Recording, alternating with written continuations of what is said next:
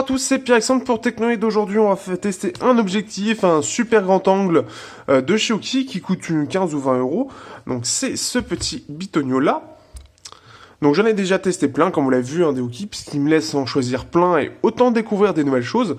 Donc là c'est un objectif qui permet, comme vous pouvez voir en fisheye, qui permet d'avoir un angle de 210 degrés.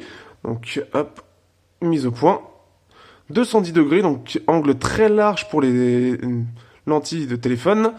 Ici, comme vous pouvez voir, donc tout est déjà mis. Donc vous avez un petit, ici en fait, un petit support pour pouvoir le mettre au téléphone. Vous l'enclenchez ici, hop. Après, vous le mettez au téléphone.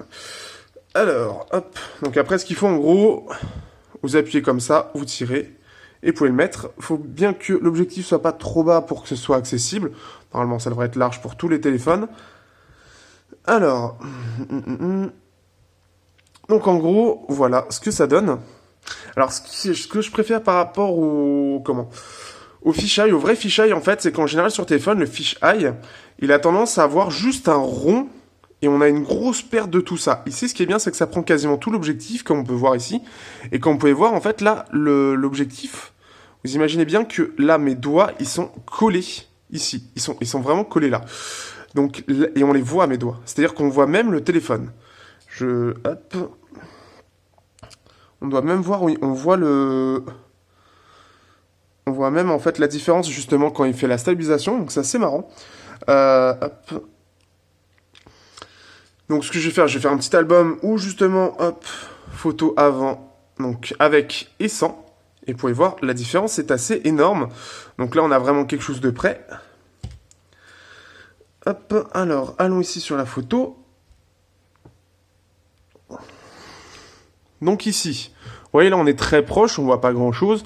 Et là ici on va voir vraiment toute la pièce au total, donc c'est vraiment très large. Ce qui est dommage c'est qu'on a forcément les ronds, puisque là ça va être dû à l'objectif en question. Mais voilà, ce que je préfère par rapport aux fichiers qui sont proposés dans les petits objectifs, c'est que là ça prend vraiment tout en fait, ça prend vraiment tout l'objectif. Après forcément quand vous faites ça, vous avez forcément une perte de détail. Donc là forcément l'Idol 4S ici, il y a pas mal de grains et c'est pas très visible, alors qu'ici forcément il sera très visible. En plus là je bouge, donc ce qui fait que voilà, ça peut être quelque chose de sympa.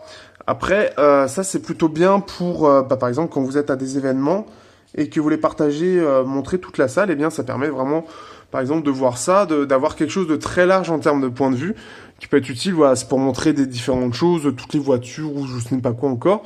Mais voilà, si vous cherchez un objectif vraiment très large, ça peut être sympa. Par contre, voilà, le problème, c'est que vous voyez, c'est que ma main, il faut vraiment que je la sorte. Donc, vous voyez, on voit, mon doigt est là. Mon petit doigt, il est là. Et on le voit là dans l'objectif. Je sais pas si ça va se voir. On le voit là. On voit même mon doigt qui est juste au-dessus là. Ce doigt-là, on le voit dans l'objectif ici. Donc ça, c'est assez marrant. Mais ça peut être chiant si vous voulez une photo propre. Vous voyez, même ma main là, on la voit. Donc voilà, c'est vraiment... Pour essayer d'être stable. Comme je tremble un peu, ça aide pas non plus. Bon, après, le système de fixation est quand même assez rudimentaire. Là, bon, je l'ai pris à l'arrache, la photo. Là, bon, elle est mieux que tout à l'heure. Donc là, on a bien quelque chose de net. On a un peu de grain, mais c'est très net. Ici, forcément, comme on est très loin, ça fait comme si on était très loin. Là, on perd énormément de détails. Dans l'album, je vais en mettre d'autres, donc vous pouvez voir la différence dans l'album justement, pour ici, hop, pour justement voir ce que ça vaut cet objectif-là. Un objectif qui bien sûr revient donc avec le système de fixation, une protection ici. Hop, revient là. La lumière pas compliquée. Donc un système de fixation ici, ainsi qu'une petite pochette de transport, et de quoi donc le nettoyer. Donc ce produit, il est un peu moins de 20 euros. Donc vous avez le lien dans la description pour ceux qui seraient intéressés. Voilà, c'est quelque chose de très pratique pour avoir quelque chose de vraiment très large. Après, il faut en avoir vraiment l'utilité. C'est sur des choses, je pense, assez particulières que l'utilisation peut être intéressante. Mais c'est pas aussi utile que par exemple le grand angle large que j'ai par exemple ici, qui permet d'avoir quelque chose de très large, alors que de base, normalement, cet objectif-là voit comme ça. Donc après, à vous de voir si vraiment ça peut être utile d'avoir quelque chose d'aussi utile que ça, de si large. Ça peut être bien, je pense, peut-être pour des voyages, couplé avec celui-là pour avoir un maximum de détails. Parce que voilà, le gros souci, forcément, c'est qu'avec un tel objectif, on va beaucoup perdre en détails. Donc après, voilà, si vous avez des questions particulières sur l'utilisation ou quoi que ce soit, n'hésitez pas. En tout cas, voilà, je mets le lien dans la description et après à vous de voir si ça peut vous intéresser.